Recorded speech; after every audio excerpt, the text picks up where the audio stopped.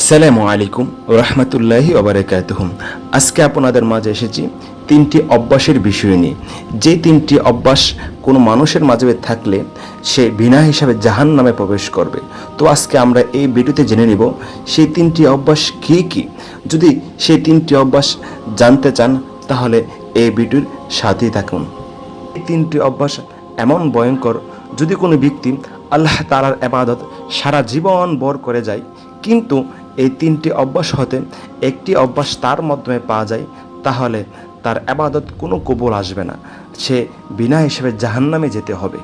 তো আর দেরি না করে সেই তিনটি অভ্যাস কী কী কোরআন ও হাদিস থেকে জেনে নিই। তিনটি অভ্যাসের মধ্য হতে প্রথম যে অভ্যাসটি, সে অভ্যাসের ব্যাপারে নবী করিম সাল্লাল্লাহু আলাইহি সাল্লাম বলেছেন, প্রথম অভ্যাসটি হলো মুতমিনুল খমাল। মুতমিনুল খমাল হলো কোনো ব্যক্তি মদ পান করা। কোনো ব্যক্তি যদি বছরে একবার মদ পান করে তাহলে তার জন্য কবিরা গুনাহ রয়েছে। আর যদি কোনো ব্যক্তি দৈনিক মদ পান করে তাহলে সে বিনা হিসাবে জাহান্নামে প্রবেশ করবে। কাল হাসর ময়দানে তার জন্য কেউ সুপারিশ থাকবে না। 2 নম্বর অভ্যাস, নবী করিম সাল্লাল্লাহু আলাইহি সাল্লাম বলেছেন, কোনো ব্যক্তি যদি তার আত্মীয়তা সম্পর্ক ছিন্ন করে তাহলে সে বিনা হিসাবে জাহান্নামে প্রবেশ করবে। কেননা আত্মীয়তা সম্পর্ক ছিন্নকারী জান্নাতে প্রবেশ করবে না।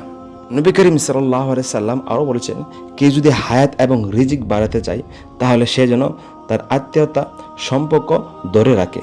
3 নম্বর অভ্যাস, যে অভ্যাস মহান আল্লাহ তাআলা সবচেয়ে বেশি অপছন্দ করেন, সে অভ্যাসটি হলো জাদু টুনা করা বা জাদু টুনা বিশ্বাস করা।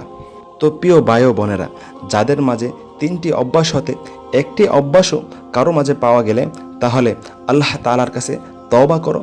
অবশ্যই মহান আল্লাহ তাআলা রহমান রহিম, আল্লাহ তাআলা আমাদেরকে ক্ষমা করে দেবেন।